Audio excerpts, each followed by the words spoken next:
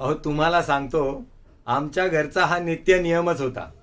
संध्याकाळ झाली की लगेच आमचे तात्या आमच्याकडून शुभं करोती पाढे पर्वचा असं म्हणून घ्यायचे.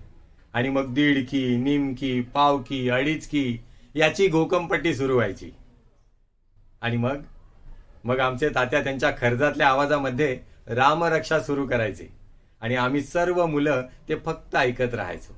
आहा, लोकाभिरामं रणरंगधीरं राजीवनेत्रं रघुवंशनाथं कारुण्यरूपं करुणाकरं तं श्रीरामचंद्रं शरणं प्रपद्ये. असं ऐकू यायचं आणि आमची आजी लगेच पानं वाढायला घ्यायची.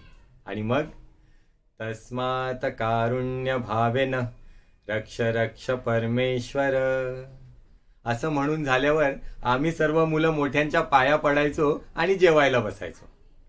तिनी सांज अशीच जायची.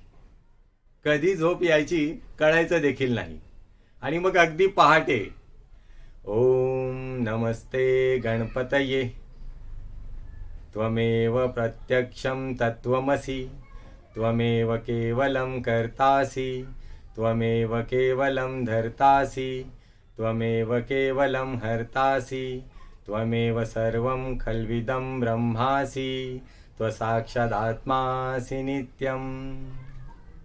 असं ऐकू यायचं आणि जाग यायची. खरंच खरंच किती छान दिवस होते ते. अहो आजही मन अगदी लहान होतं. ते आजी आजोबा आणि गावातल्या त्या नितांत आठवणी अशाच स्मरणात राहाव्या असं वाटतं.